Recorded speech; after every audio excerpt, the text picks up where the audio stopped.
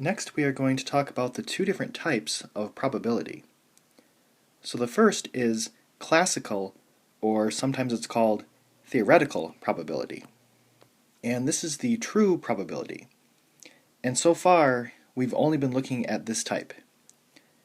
So the probability of event E is the number of outcomes in event E divided by the total number of outcomes in the sample space. The next type is empirical, or sometimes it's called experimental probability.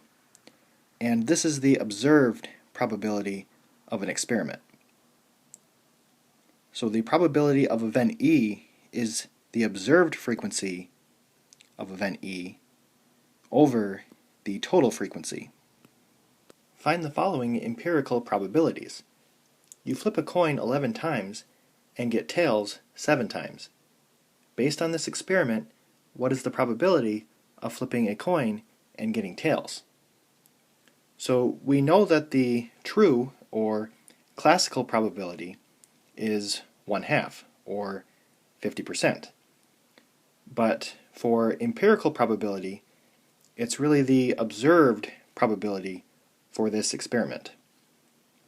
So our denominator is 11 because we flipped the coin 11 times, and our numerator is 7 because we got tails 7 times.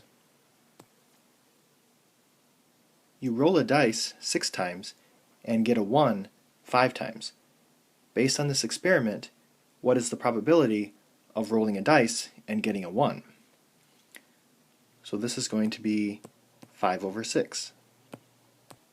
So again, empirical probability is the observed probability.